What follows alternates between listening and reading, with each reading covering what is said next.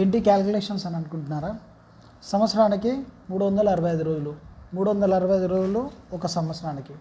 So ఈ సంవత్సరానికి 365 దినాలల్లా ఇప్పుడు మన వయసును ఒకవేళ మనం క్యాలిక్యులేషన్ చేసుకొని ఇప్పటివరకు ఇష్టానుసారంగా మనం బ్రతికిన జీవితం ఎంత, ఇంకా బ్రతకాల్సిన జీవితం ఎంత అని ఒకవేళ మనం క్యాలిక్యులేషన్ చేసుకొని ఇప్పటివరకు మనం క్రీస్తు కొరకు బ్రతికినది ఎంత, ఇంకా బ్రతకాల్సింది ఎంత, ఇప్పుడు ప్రస్తుతం మన వయసు ఎంత, ఇంకా మనం బ్రతకబోతున్నది ఎంత అని ఒకవేళ క్యాలిక్యులేషన్ చేస్తున్నట్లయితే ప్రశ్న, ఇంకెంతకాలం మనం బ్రతుకుతాం, ఎంతకాలం మనిష్టానుసారంగా బ్రతుకుతాం, ఇంకెంతకాలం క్రీస్తు కొరకు బ్రతకాలి?